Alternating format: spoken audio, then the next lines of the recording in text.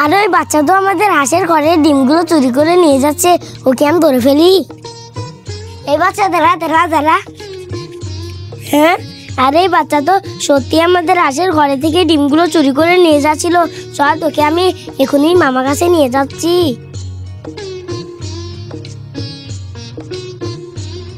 মামা, তুমি এখান কি করছো? আমি তো কান্দাল তুলছি। কান্দাল তোলা বাদ দাও, এ আমাদের মুরগির ঘরে থেকে ডিমগুলো চুরি করে নিয়ে যাচ্ছিল। একে আমি ধরে এনেছি, তুমি একে কলার গাছের সাথে বেঁধে রেখে দাও। না রে বলতে একে বাধা দেবে না, তুই ছোট বাচ্চা দেখছি। এ বাচ্চা তুমি চলে যাও, কখনো আর এই কাজ করবে না। তুই আমার সাথে কান্দাল তোল। ঠিক আছে।